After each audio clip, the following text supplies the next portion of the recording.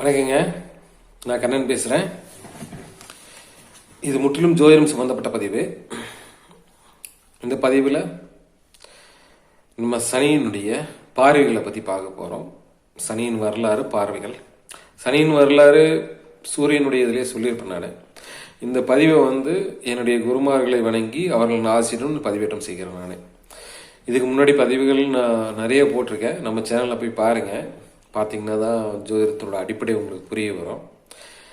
இன்னைக்கு சனியின் வரலாறுல அவருடைய பார்வையினால் ஏற்படும் பலன்களை நான் இன்னைக்கு சொல்கிறேன். நான் இதில் பார்த்தீங்கன்னா சூரியனுக்கும் சாயாதேவிக்கும் பிறந்தவர் தான் சனீஸ்வரன். இது சூரியனுடைய வரலாறுலேயே சொல்லியிருப்பேன். நான் சனீஸ்வரனுக்கும் சூரியனுக்கும் ஆகாது. அதுக்குண்டான காரணங்கள் எல்லாமே நான் சொல்லியிருப்பேன். நான் இதை நீங்கள் சூரியனுடைய வரலாறுல போய் பார்த்தீங்கன்னா தெரியும். நம்ம சேனலில் உள்ள இருக்கும். சப்ஸ்கிரைப் பண்ணிங்கன்னா நிறைய பேர் பார்க்குறீங்க, சப்ஸ்கிரைப் பண்ணுறதில்ல. சப்ஸ்கிரைப் பண்ணிங்கன்னா தான் உங்களுக்கு இந்த ஜோதிடத்தை பற்றி ஒரு அடிப்படை விஷயமாவது உங்களுக்கு புரிய வரும். இதை வாழ்க்கைக்கு முன்னேற்றத்துக்கு நம்ம எப்படி பயன்படுத்திக்கலாம் அப்படிங்கிற ஒரு இது உங்களுக்கு புரியும். அதனால் சப்ஸ்கிரைப் பாருங்கள். சூரியனுக்கும் சாயாதேவிக்கும் பிறகுறது தான் சனீஸ்வரன்.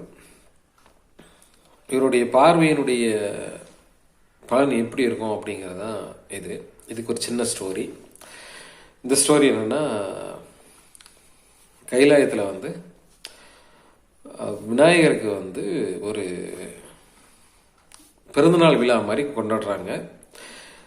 இதுக்காக சிவபெருமான் மற்றும் தேவகணங்கள் எல்லாருக்குமே அழைப்பு, ஒவ்வொரு பிறந்த நாளுக்கும். ஆனால் சனீஸ்வர பகவானுக்கு மட்டும் அழைப்பு இல்லை. ஏன்னா இவருடைய பார்வை கொஞ்சம் மோசமானது அப்படின்னு சொல்லிட்டு பார்வதி தேவியார் இவருக்கு மட்டும் அழைப்பு கொடுக்க மாட்டாங்க, மற்ற எல்லாத்துக்குமே அழைப்பு கொடுப்பாங்க. சிவபெருமான அழைப்பு கொடுத்தா எல்லாரும் போய்த்தான் ஆகணும். அதனால எல்லாரும் போயிடுவாங்க. சனீஸ்வரனை மட்டும் விட்டுட்டு போயிடுவாங்க. இதே மாதிரி ஒரு விசேஷம் வரும்போது சனீஸ்வரன் விட்டுட்டு எல்லாரும் போகிறாங்க. இவருக்கு ரொம்ப அவரை பார்க்கணும் அப்படின்னு. ஏன்னா அவர் ரொம்ப தேஜஸாக ரொம்ப அழகாக இருப்பார். அதுக்காக அவரை பார்க்கணும் அப்படின்னு சொல்லிட்டு இவர் போயே ஆகணும் அப்படின்னு சொல்லிட்டு போகிறாரு. கூட்டமாக யாருக்கு தெரியாமல் போயிடுறாரு. அப்படி போகும்போது அங்கே போய் அவர் விநாயகரை பார்த்த உடனே விநாயகருடைய அந்த பொலிவு மங்குது. அது அந்த தேஜஸ் அது ஒரு மாதிரி சிக்காகிற மாதிரி வர்றாரு. இதை கவனித்த பார்வதி தேவி நம்ம பையனுக்கு மேலே இப்படி வரோம் அப்படின்னு சொல்லிட்டு பார்க்கும்போது டக்குன்னு இவர் கண்ணில் பட்டுறாரு. பார்வதி தேவி கண்ணில் பட்டுறாரு. அப்போ பார்வதி தேவி இவருக்கு அதாவது உன்னுடைய பார்வையினால் என்னோட மகனுடைய பொலிவு குறைஞ்சங்காட்டிக்கு நீ பொலிவே இல்லாமல் ஒரு பிலோ ஆவரேஜுக்கு கீழே ஒரு இருக்கிற மாதிரி ஒரு ஒரு இதாக தெய்வமாக மாறிக்க அப்படின்ற மாதிரி ஒரு இது கொடுத்துட்றாங்க, சாபம் கொடுத்துட்றாங்க. அந்த சாபத்தினால அவர் பார்க்குறதுக்கு பார்த்தீங்கன்னா கொஞ்சம் அசிங்கமாக இருக்கிற மாதிரி, கருப்பாக ஒரு கலை இல்லாமல் இருக்கிற மாதிரி உருவமைப்பு கொண்டதாக இந்த நம்ம சாஸ்திரத்தில் உருவப்படுத்துகிறாங்க சனீஸ்வர பகவானை. விநாயகரை பார்த்து விநாயகருக்கே பொடி விழுந்து போயிடுச்சாமா. அப்போ சனீஸ்வரனுடைய பார்வையினுடைய கொடூரம் எப்படி இருக்கும் அப்படின்னு சொல்ல வராங்க. இது ஒரு கதை இருக்குது. இதே மாதிரி இன்னொரு நிகழ்வும் இருக்குது. இந்த ராவணேஸ்வரன், ராமாயணத்தில் வர்ற ராவணேஸ்வரனை எல்லாத்துக்கும் தெரியும். அவர் தேவர்களை அத்தனை பேர்த்தையும் ஜெயிச்சு அவங்கள அடிமையாக்கி அவங்கள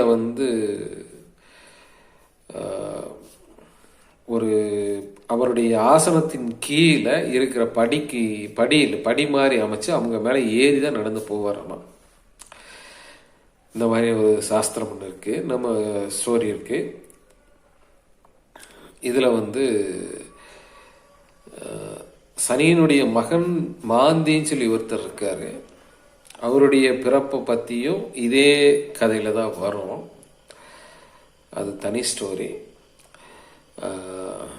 இதே மாதிரி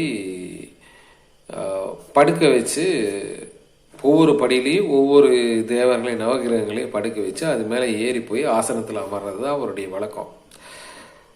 அவருடைய கர்வத்தின் காரணமாக இது என்னடா இப்படின்னு சொல்லிட்டு இதை வந்து தேவர்கள் எல்லாம் பார்க்குறாங்க. மற்ற பிரம்மா விஷ்ணு இவ தான் ராவணேஸ்வரன் அப்படின்னு சொல்லி சிவபெருமான்கிட்ட வர வாங்கியிருக்காரு. அவரை தான் யாருனாலையும் ஜெயிக்க முடியாது. இப்போ இதுக்கு என்ன பண்ணுறது அப்படின்னு சொன்ன முன்னாடி அப்போ எல்லாத்தையும் குப்பரக்கா படைக்க வச்சு அவர் மேலே ஏறி போடுறது வழக்கமாக வச்சுருந்தார். நாரதர் போய் அவரை வந்து அவனுடைய கர்வம் தலைக்கு ஏறி போச்சு, அதனால் இவனை வந்து நம்ம ஏதாவது ஒன்று பண்ணணும் அப்படின்னு சொல்லிட்டு ராவணேஸ்வரன்ட்டு போய் பயங்கரமாக நாரதர் அவருடைய புகழ்ச்சி மூலமாக அவர் புகழ்கிறாரு. புகழ்ந்துட்டு ராவணேஸ்வரா உன்னுடைய புகழுக்கு வந்து நீ முதுகில் மிதித்து போனேன்னா உனக்கு வந்து ஒரு அவமரியாதையாக போயிடும். நம்ம வந்து புறமுதுகி காட்டி ஓடுறவன் மேலே அம்பு விடுற மாதிரி ஆகி போயிடும். அதனால எல்லாத்தையும் திருப்பி போட்டு நெஞ்சில் மிதிச்சு போ அப்படின்னு சொல்லி நாரதர் வந்து ராவணேஸ்வரனுக்கு வந்து அந்த மாதிரி ஒரு இதை கொடுக்குறாரு, ஐடியா கொடுக்குறாரு. ராவணேஸ்வரன் அவருடைய புகழில் ரொம்ப கர்வத்தின் உச்சியில் இருந்தங்காட்டி எந்த யோசனையும் இல்லாமல், ஏன்னா ராவணேஸ்வரனும் சாதாரண ஆள் கிடையாது. அத்தனை சாஸ்திரங்களையும் படித்து அத்தனை வில் வித்தைகள் அத்தனையும் தெரிஞ்ச ஒரு மகான் தான் அவரும், சாதாரண ஆள் கிடையாது. அவருடைய கர்வம் தலைக்கு ஏறினங்காட்டிக்கு தான் இந்த மாதிரி நடந்தது. ஏன்னா ஈஸ்வரனுக்கு நிகரான பட்டம் பெற்றவர் ராவணேஸ்வரனும் சனீஸ்வரனும் மட்டும்தான். வேற யாருமே ஈஸ்வரனுக்கு நிகரான பட்டம் வாங்கினது கிடையாது. நாரதர் கொடுத்த ஐடியாவின் பிரகாரம் அப்படி ஏறி போறாரு. சனியினுடைய நெஞ்சில காலை வைக்கும்போது அவரு பார்வை நேராக அவரை பார்த்துடுறாரு. அவரை பார்த்த செகண்டு அவ்வளோதான், இவர் காலி. ஏன்னா சனியினுடைய பார்வை விநாயகரே போட்டு மாட்டிடுச்சு. அதனால அதுல இருந்து தான் இவருக்கு வந்து இதனுடைய பாதிப்புகள் வந்தது அப்படின்னு சொல்லி ஒரு கதை இருக்கு. அதே மாதிரி சனிக்கு வந்து கால் கொஞ்சம் முடம் அப்படின்னு சொல்லி சொல்லுவாங்க. அது வந்து பார்வதி தேவி கொடுத்த வரத்தினாலையும் சனியனுடைய மகன் மாந்தி பிறக்கும் போது ஏற்படக்கூடிய ஒரு அதில் ஒரு அந்த ஸ்டோரியில் நான் சொல்கிறேன் நான், அதனாலேயும் தான் வந்து நடந்தது அப்படின்னு சொல்லி ரெண்டு விதமாக சொல்லுவாங்க. இந்த கதையினுடைய சூட்சமம் என்னன்னா, சனியினுடைய பார்வை அவ்வளவு கொடுமையானது, எவ்வளவு பெரிய ஆலயம் வந்து சாட்சிரும் அப்படிங்கிறதான் இந்த கதையினுடைய சூட்சமம். மாந்தியினுடைய கதை நான் வந்து அது ரொம்ப சின்ன ஸ்டோரி தான், இந்த மாதிரி நான் சொல்கிறேன் நான். அப்போ வந்து அந்த கால் ஊனத்துக்கு ஏதாவது என்ன அந்த ஸ்டோரியை பற்றி சொல்கிறேன் நான். நம்ம சேனல் நிறைய பேர் பார்க்குறீங்க, சப்ஸ்கிரைப் பண்ணுங்கள், லைக் பண்ணுங்கள், ஏதாவது கமெண்ட் கொடுத்தீங்கன்னா தான் நம்ம மறுபடியும் நம்ம பண்ணுறது சொல்கிறது கரெக்டானு நமக்கு தெரிய வரும். மிக்க நன்றி, வணக்கம்.